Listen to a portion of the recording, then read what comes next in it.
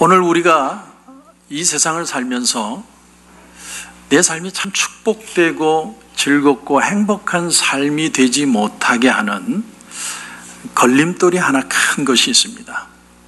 그것이 뭐냐면 기억이라는 겁니다. 기억. 과거에 실패했던 기억, 내가 잘못했던 일, 이런 상처 저런 상처. 그래서 지난 금요일 저녁에도 우리 목자 목녀들이 금요일마다 저녁에 모여서 책을 읽는데 피터 스카지로의 정서적으로 건강한 영성이라는 책을 읽고 있습니다. 그게 보니까 건강한 정서를 지니기 위해서, 건강한 삶이 되기 위해서 버려야 될 것들, 버려야 할 생각들, 그 목록을 쫙 나열을 했는데 여러분 한번 들어보십시오. 우리가 자라오면서 문 안에서 반복적으로 되풀이되는 내 내면 깊은 곳에 자리하고 있는 이런 부정적인 소리가 있다는 거죠. 첫째, 나는 실수로 태어났다. 또 나는 짐스러운 존재다. 나는 멍청하다. 나는 무가치한 존재다. 실수는 용납되지 않는다. 나는 누군가로부터 인정을 받아야 괜찮다는 느낌이 든다. 나는 기쁨과 즐거움을 누릴 권리가 없다. 나를 주장할 권리도, 나의 생각과 감정을 말할 권리도 없다. 나는 뭔가를 느낄 권리도 없다. 나의 가치는 나의 존재가 아니라 나의 지식과 경제력, 내가 하는 일에 달려있다. 어떻습니까? 여러분들 중에 오래도록 자리 잡고 있는 생각 중에 이런 게 없습니까? 이스라엘 백성들이 광야에서 40년 동안을 지내면서 좋은 일만 있었던 게 아니라 참 가슴 아픈 일이 많았습니다. 그 중에 가장 충격적인 일 중에 하나가 뭐냐면 오늘 본문 6절입니다. 여러분 6절을 한번 보시면 르우벤 자손 엘리압의 아들 다단과 아비람에게 하신 일, 곧 땅이 입을 벌려서 그들과 그들의 가족과 그들의 장막과 그들을 따르는 온 이스라엘의 한가운데서 모든 것을 삼키게 하신 일이라. 이런 건 아주 아픈 기억이죠. 사람이 그래서 트라우마가 생깁니다. 수많은 사람이 갑자기 죽는 걸 보는 거예요. 누가 죽는 걸 봤을 때, 그것도 대참사를 보는 순간에 정말 큰 고통이 있습니다. 옛날에 삼풍백화점이 한국에서 무너졌을 때 그 속에서 구사일생으로 살아남았던 사람들을 이 방송국에서 취재를 하려고 한 적이 있습니다. 근데 거기서 살았던 사람들이 공통적으로 한 말이 뭐냐면 아직 그 트라우마에서 벗어날 수가 없어서 누구도 만나고 싶지 않다는, 누구도 만나고 싶지 않다. 한 번은 원숭이를 가지고 실험을 했습니다. 원숭이에게 어떤 실험을 했냐면 중간에다가 바나나를 걸어놓고 바나나를 먹고 싶으니까 원숭이가 딱 잡잖아요. 잡으면 전기가 찌릿 오게 만들어요. 인간이 얼마나 참 잔인합니까? 먹고 싶은데 잡으면 전기가 쫙 오는 거예요. 몇 번을 하다가 원숭이가 포기했습니다. 근데 놀라운 사실이 뭐냐면 그 일 후에 원숭이를 몇 마리를 더 넣었는데 얘들은 누구도 잡으려고 하는 애들이 없더라고요. 말도 안 했는데. 그래서 부정적인 마인드가 한 조직에 어떻게 영향을 미치는가를 실험하는 거였습니다. 여러분, 그런데 우리 과거가 그렇다는 거예요. 과거에 나의 아픈 기억, 아픈 상처들이 기억만 하면 그게 덧나가지고 성이 나서 자꾸 나의 마음을 건드립니다. 만일 우리가 아직도 과거의 불행한 기억이나 비참한 상처들을 가슴에 품고 살아가면 우린 결코 행복할 수 없어요. 그래서 오늘 17절 하반절 보십시오. 17절 하반절 보시면 이런 말이 나옵니다. 아름다운 땅에서 속히 멸망할까 하노라. 이게 모순이죠, 모순. 내가 지금 기어코 가나안 땅에 들어갔어요. 원하는 걸 딱 쥐었어요. 그런데 묶인 것이 있으면 행복하지 않다는 거예요. 속히 멸망할까 하노라. 가나안 땅에 들어간 것도 어마어마한 축복인데 그 땅에 들어가서도 행복하지 않는 축복의 땅에서 망할 수 있다는 거예요. 이건 심각한 얘기죠. 내 마음에 자유가 없으면 행복은 없어요. 그 톨스토이의 단편집 중에 아주 오래된 얘기, 제목도 모르고 기억이 안 나는데, 천사가 주인공에 와서 이런 얘기를 합니다. 야, 너 오늘 하루만 닥터가 되라. 그래서 이 주인공이 뭐라고 얘기하냐면, 나는 의사가 아닌데 어떻게 환자를 봅니까? 그랬더니 그 천사가 하는 말이, 당신의 병원에 환자가 들어올 때 의자 복도에 앉을 때 오른쪽에 앉은 사람들은 나을 사람들이고 왼쪽에 앉을 사람들은 죽을 사람들이래요. 야, 이거 무섭지 않습니까, 여러분? 사람이 우연히 내가 어디 앉는다고 생각했는데 세상에 우연히 그냥 했던 것처럼 보이는 것이 내 인생의 생과사를 갈라놓는다고 여러분 한번 생각해 보십시오. 오른쪽이냐 왼쪽이냐. 제가 아주 그 설교를 하면서 특이한 게 뭐냐면, 제가 왼쪽으로 보고 설교를 많이 해요. 여러분은 오른쪽에 앉은 거죠. 왜냐하면 제가 왼손잡이라서 그래요.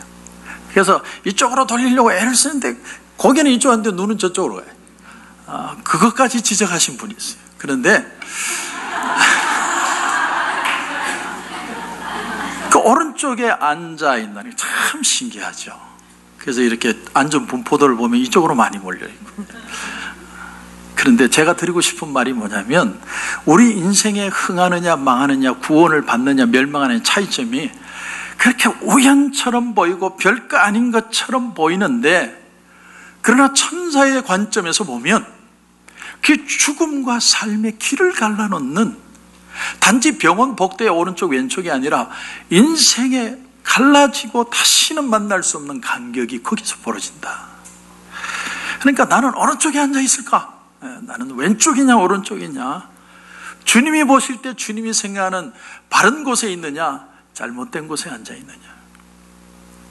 오늘 말씀을 신명기 사관이라고 해요. 신명기 사관. 신명기 사관이 뭐냐면, 이 말씀을 잘 지켜 행하면 복이 되고, 이 말씀을 따르지 않고 살 때 축복이 저주가 될 수 있다. 그게 신명기 사관이에요. 그런데 이 신명기 사관이 모든 성경에 나오는 모든 내용의 가이드라인이 됩니다. 이게 어떤 기준이 돼요. 그러니까 하나님의 역사를 우리는 경험을 하는데, 그 경험이 슬픈 경험인 사람이 있고 기쁜 경험인 사람이 있는 거예요. 다시 말하면 하나님은 모든 사람이 경험을 합니다. 바로도 하나님을 경험했어요. 그런데 against him, 하나님이 그를 대적해서 역사하는 것을 경험한 거예요. 물에 빠져 죽으면서 하나님을 경험을 해요. 하나님의 능력이든 공의든 그 하나님의 어떤 것을 우리에게 벌을 내리시거나 우리를 꺾으시거나 벌 주는 차원에서 경험하고 싶은 사람은 아무도 없어요. 굉장히 슬픈 경험이죠. 노아의 홍수가 임했을 때, 노아의 홍수는 하나님의 분명히 심판입니다. 그런데 그 심판을 방주 안에 있는 사람과 방주 밖에 있는 사람이 동시에 경험을 했는데, 한쪽은 구원이 되고 한쪽은 심판이 됐어요. 똑같은 비고 똑같은 홍수입니다. 세상에 일어나는 일이 똑같이 경험하는 겁니다. 그러나 어디에 있느냐에 따라서 생명과 죽음이 갈라질 수 있다는 거예요. 마찬가지로 하나님이 행하시는 일은 좌우의 날섬검과 같아서 이쪽으로 뵐 수도 있고 저쪽으로 뵐 수도 있습니다. 우리는 하나님이 하시는 일이 우리에게 축복이고 은혜고 긍휼이고 평강이고 생명이고 그러길 바라지, 그게 아니고 하나님의 역사하심으로 벌을 받고 심판을 받기를 원하는 사람 아무도 없어요. 성경은 하나님의 역사를 긍정적인 차원에서 경험한 사람들이 적은 글이에요. 그래서 소돔과 고모라의 멸망하는 소돔 사람의 기준으로 적지 않고 그곳에서 구출을 받는 롯과 그의 가족으로 적고, 노아의 홍수에도 물에 빠져 죽은 사람을 기준으로 적는 게 아니라 거기서 살아난 노아의 8 식구에 대해서 기록을 하고, 가나안 땅에 들어가서도 가나안 땅에서 쫓겨나고 죽임을 당하는 그 이방 족속의 기준으로 적는 게 아니라 그 땅을 기업으로 얻는 이스라엘 백성의 기준으로 적습니다.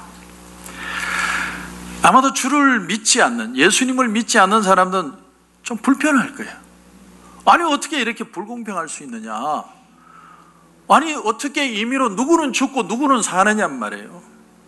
하나님이 그렇게 불공평한 분이냐? 여러분, 여기서 우리는 이 한 가지 사실을 알아야 됩니다. 잘 들으십시오. 하나님의 기준으로 볼 때는 이 세상의 인간은 한 명도 빠지지 않고 다 쓸어버려야 돼요. 한 명도. 다 성에 안 차요. 다 죄를 지었기 때문에 다 쓸어버리고 하나님이 새로 만들면 돼요. 하나님은 끝내는 게 더 쉬워요. 왜? 다시 만들면 되니까. 끝내버리면 하나님이 더 이상 고통도 없고 하나님이 더 이상 참을 필요도 없고 희생할 필요도 없고 예수님이 이 땅에 당신의 아들을 보낼 필요도 없고 기다릴 필요도 없습니다. 그냥 끝내면 되는데 그렇게 하지 않으시고 끝내지 않고 인내하고 기다리고 선택하세요. 그것이 우리에게 복음이라는 거예요. 복음. 그래서 기쁜 소식이에요. 그러므로 여러분 잘 들으셔야 돼요.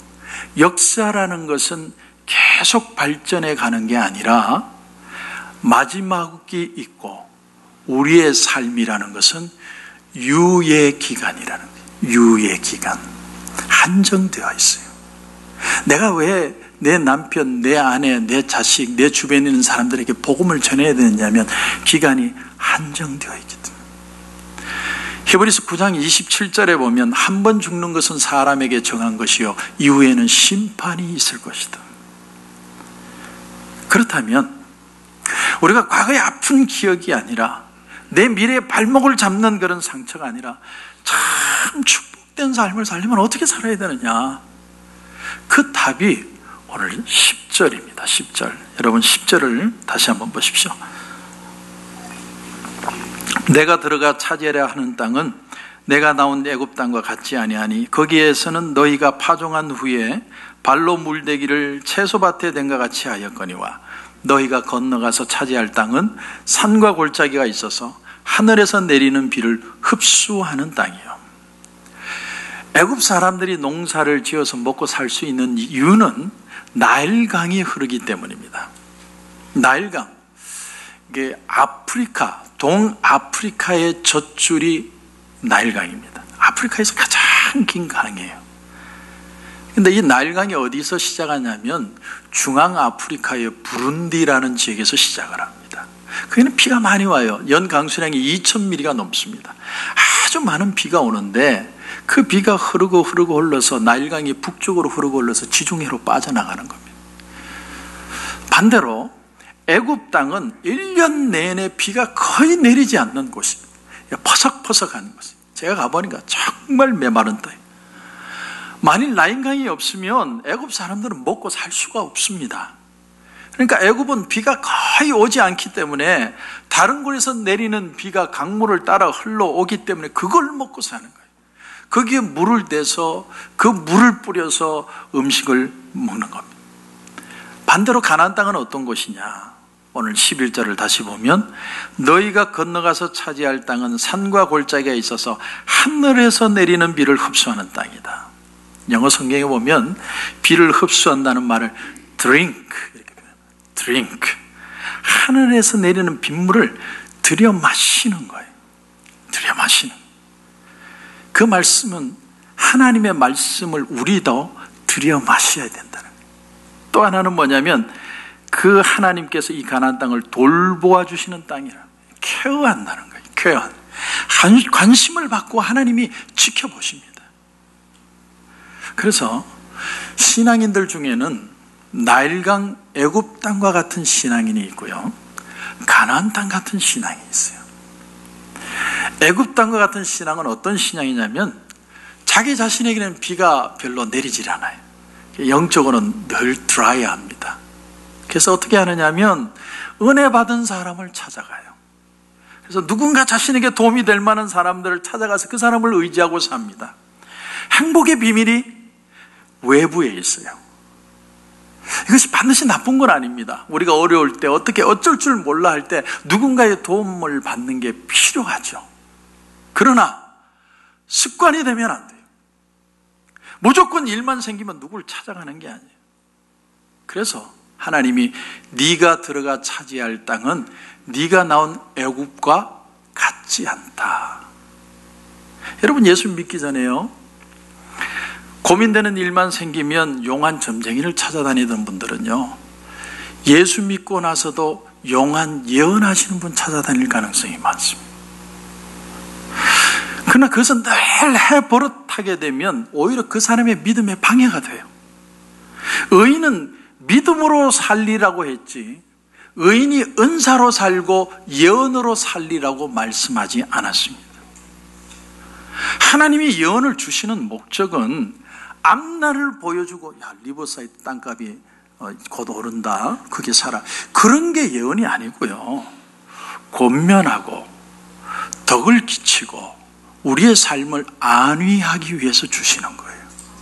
그러는 과정에서 미래가 나올 수는 있지만 앞날을 점쳐주기 위해서 하나님의 은사인 예언을 사용하는 게 아닙니다. 남도 나를 위해서 기도를 해줘야 되지만 결국은 내가 기도해야 돼요. 내가. 하나님은 나의 기도를 듣기를 원하세요. 그러므로 하나님이 원하시는 것은 우리가 애굽 땅처럼 사는 게 아니라 산과 골짜기가 있고 하늘에서 내리는 비를 흡수하는 신앙을 갖기를 원합니다. 여기 비가 상징하는 건 하나님의 은혜예요. 평화 평화로다 하늘 위에서 내려오네. 평화는요, 하늘에서 오는 겁니다. 하나님이 내게 은혜를 주시면 이 은혜가 우리를 덮어서 우리를 치유해 가시는 거예요. 그런데 문제는 하나님이 아무리 은혜를 줘도 그것을 흡수하는 사람이 있고 흘려보내는 사람이 있습니다. 스펀지는 물을 흡수하죠. 왜 스펀지를 우리가 설거지할 때 씁니까? 흡수하니까. 사람을 가르쳐 보면 스펀지처럼 빨아들이는 사람이 있어요. 말씀을 아멘으로 기쁨으로 받는 사람이 있고, 어떤 사람은 말씀을 전할 때마다 튕겨나가요. 하나님의 말씀을 드링크하는 가나안 땅이 바로 그런 땅이라요. 그러면 이처럼 하나님이 위로부터 주시는 그런 비를 흡수하기 위해서는 어떻게 해야 되느냐? 어떻게 해야 되느냐? 오늘은 여러분에게 딱 한 가지만, 한 가지만. 여러분, 자기의 기도 생활이 있어야 돼요. 기도 생활. 기도하고 기도 생활은 다릅니다. 기도 생활은 자기의 몸에 배는 거예요. 자기의 삶의 일부가 되는 것이 기도 생활입니다. 기도하는 게 여러분 어려워요, 그렇죠? 기도 쉽다는 사람은 없습니다. 그런데 TV를 보면서 시간은 3시간, 4시간을 보내도 하나도 안 피곤해요. 그런데 기도는 내 정성과 내 영혼의 에너지를 소모하니까 이건 완전히 노동이에요. 우리가 기도 생활에 즐거울 수 있는 유일한 비결은, 잘 들으십시오, 성령과의 교제가 있어야만 즐거워집니다. 내가 원하는 목록 리스트, 야망, 욕심 이런 거 하다 보면 하다가 지쳐가 때려쳐요. 기도는 즐거운 시간이 될 수 있고 지루한 시간이 될 수도 있습니다. 즐거운 시간이 되는 비결은 성령과의 교제가 있어야 된다. 그러므로 우리는 아무리 다른 급한 일이 있어도 주님과의 교제하는 시간은 여러분이 좀 내야 됩니다. 근데 많은 사람들이 이런 유혹에 빠져요. 내 기도는 힘이 없어. 그래서 강력하게 구해야 돼. 근데 세게 못해.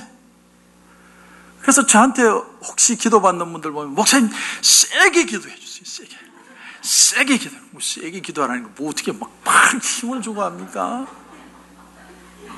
내가 세게 기도하면 은혜가 세게 오고 약하게 기도하면 은혜가 약하게 옵니까? 그게 모순이죠. 내가 세게 기도하든 약하게 기도하든 하나님의 은혜는 동일하게 와야 하나님의 은혜죠. 그렇지 않습니까?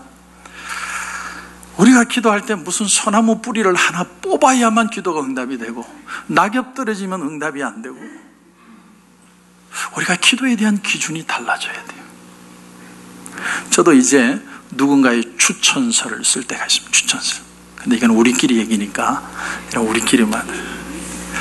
누가 추천서 써달라고 하면 이렇게 얘기합니다. 네가 써라. 나는 사인만 할게.